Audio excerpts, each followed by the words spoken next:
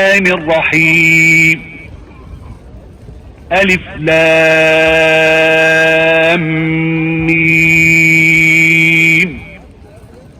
ذلك الكتاب لا ريب فيه هدى للمتقين الذين يؤمنون بالغيب ويقيمون الصلاة ومما رزقناهم ينفقون والذين يؤمنون بما أنزل إليك وما أنزل من قبلك وبالآخرة هم يوقنون أولئك على هدى من ربهم وأولئك هم المفلحون إن الذين كفروا سواء عليهم أأنذرتهم أم لم تنذرهم لا يؤمنون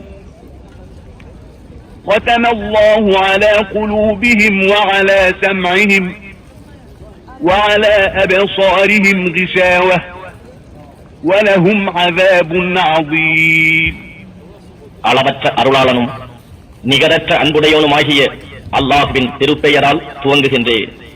அலிஃப் லாம் மீம். இதுவே அல்லாஹ்வின் திருவேதமாகும். இதில் எத்தகைய சந்தேகமும் இல்லை. பயபக்தி உடையோர்க்கு இது நேர்வழிகாட்டியாகும்.